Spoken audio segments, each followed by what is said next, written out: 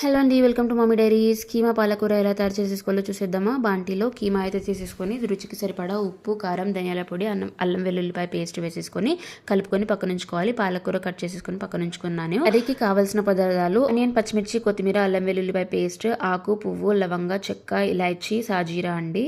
తర్వాత కుక్కర్లో తగినంత ఆయిల్ వేసేసుకొని గరం మసాలా దినుసులు అయితే వేసేసుకోవాలి.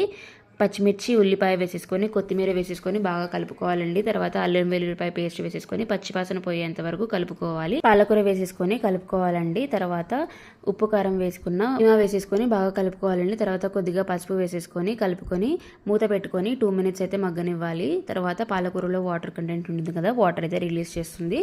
తర్వాత తగినంత వాటర్ అయితే వేసేసుకోవాలి. ఒక టూ గ్లాసెస్ వాటర్ అయితే వేసేసుకొని మూత పెట్టేసుకొని 5 to 6 విజిల్స్ వచ్చేంత వరకు ఉడకనివ్వాలండి.